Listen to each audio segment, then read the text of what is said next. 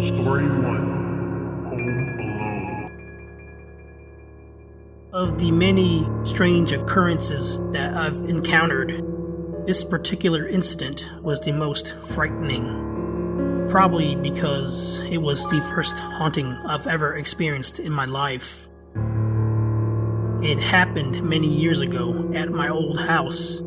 I was a freshman in high school and just started a part-time job at the local grocery store.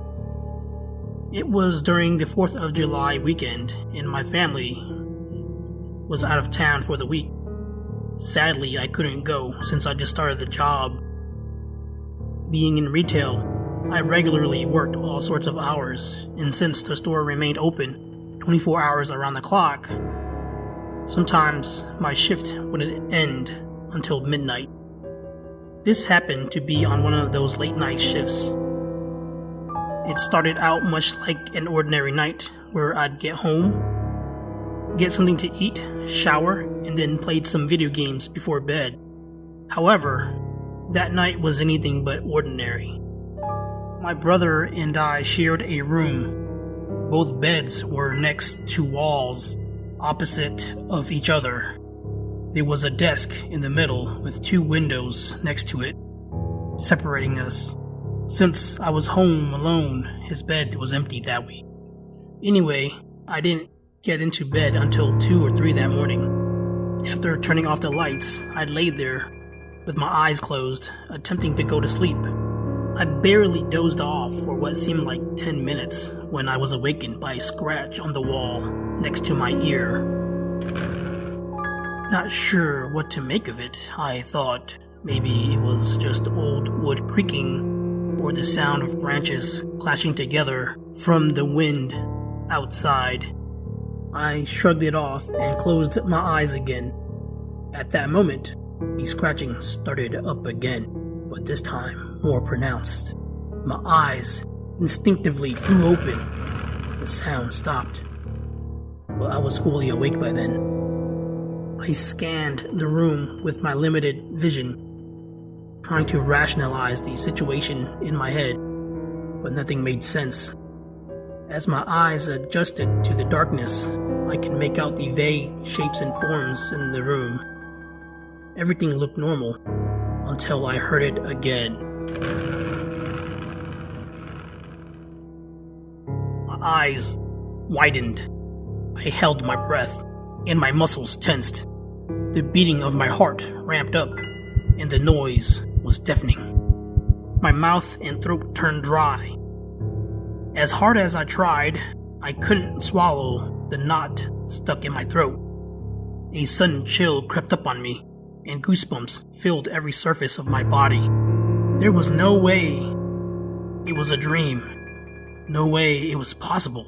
I was wide awake. I was conscious. Nothing made sense. The sound came back with a vengeance.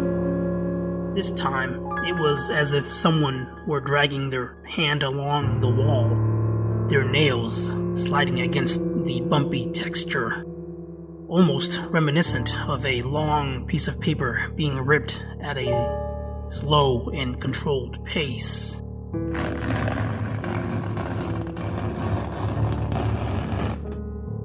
I slowly craned my head toward the sound coming from the wall next to me. Although I couldn't see the visible being, it raked the wall from where my head was, all the way up to the ceiling in a single motion.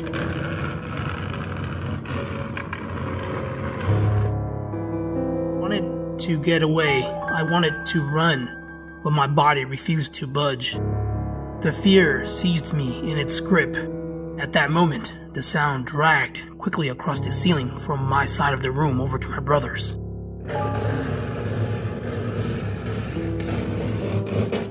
Finally able to summon what ounce of willpower I had, I gasped and made a dash for the light switch.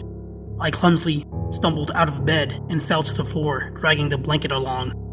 My body sprang up as fast as it fell. In a single movement, I hit the lights and swung the bedroom door open, all the while still dragging along the blanket. Refusing to stop, I went straight for the light switch out in the hallway. After flicking on the hallway lights, I headed for the living room, but in all the excitement, I realized I forgot to close the door. So I spun around quickly for the doorknob and shut the door. Not once did I bother looking back into the room. When I got to the living room, I made sure the TV and all the lights were on. My heart was still pounding. My legs felt like jello. I was short of breath and drenched in cold sweat. It felt as if I had just come back from a run in the middle of winter.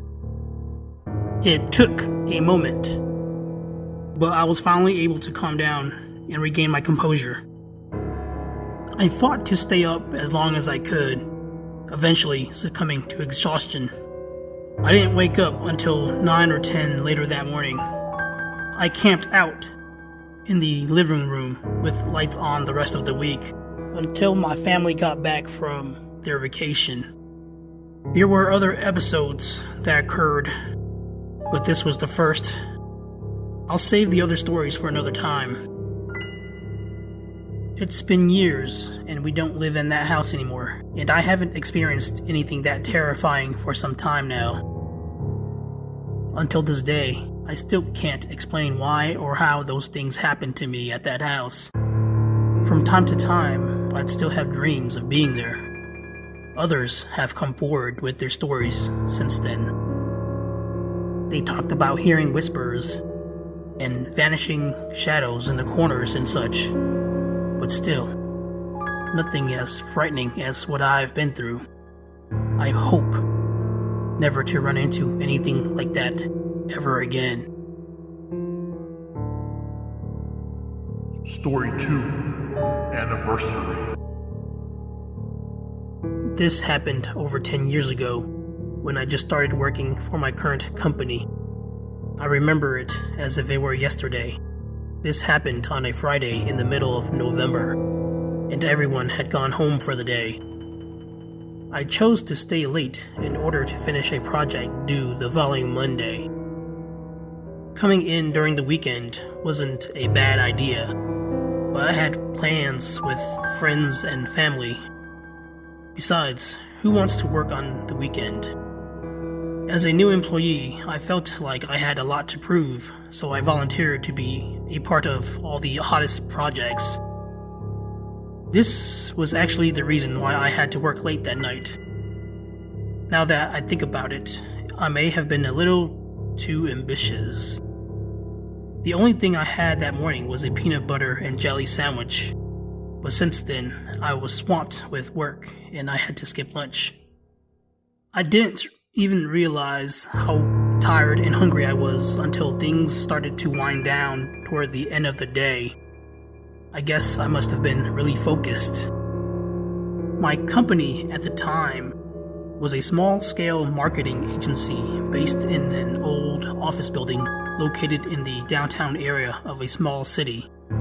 So, unlike places like New York, there wasn't a ton of foot traffic. There were several other companies that shared the building with us as well.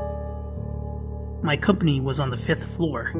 Although it was an older building, it was well lit. A little dated, though. That and the elevator got stuck every once in a while, so I normally took the stairs. I always wished it would never be me during one of those unfortunate times, except it was getting late and I wanted to get home as quickly as possible, so I opted for the elevator after finishing work. I got into the elevator, pushed the button for the first floor, then propped my back against the wall opposite the door as it closed. With my arms crossed, I waited anxiously as the number gradually counted down. It couldn't drop fast enough. The elevator jerked lightly to a stop and dinged when it reached the first floor. I stood up ready to exit, but the door remained shut. It's an old building, and maybe it was normal for the elevator to be a little slow. At least that's what I'd hoped. So I gave it a moment. Nothing. About 30 seconds, I started banging on the door and yelling, "Hello? Anyone there? I need help." The elevator's stuck. It seemed longer, but the doors cracked open after a minute of kicking and screaming. I stopped midway through a swing and took a step back. I sighed in relief as the gap slowly widened. Just then, someone or something flashed by the narrow opening. My heart skipped. I didn't get a good look at who or what it was, but I figured maybe it was an employee from the other companies. I took a quick scan around the lobby after stepping off the elevator, but saw nothing. Not even the security guard that usually manned the front desk. I guess he must have been on patrol.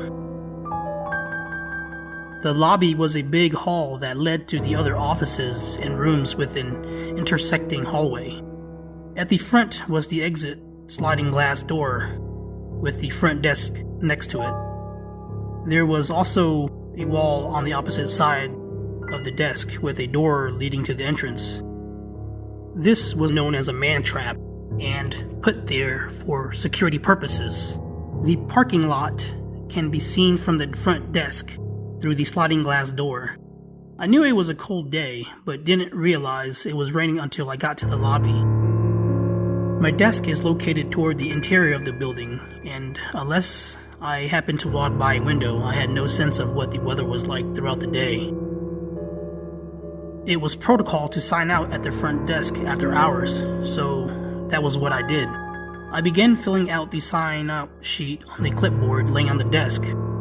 I didn't see the person there before, nor did I see them approach the door, but the corner of my eye caught a person standing in front of the exit.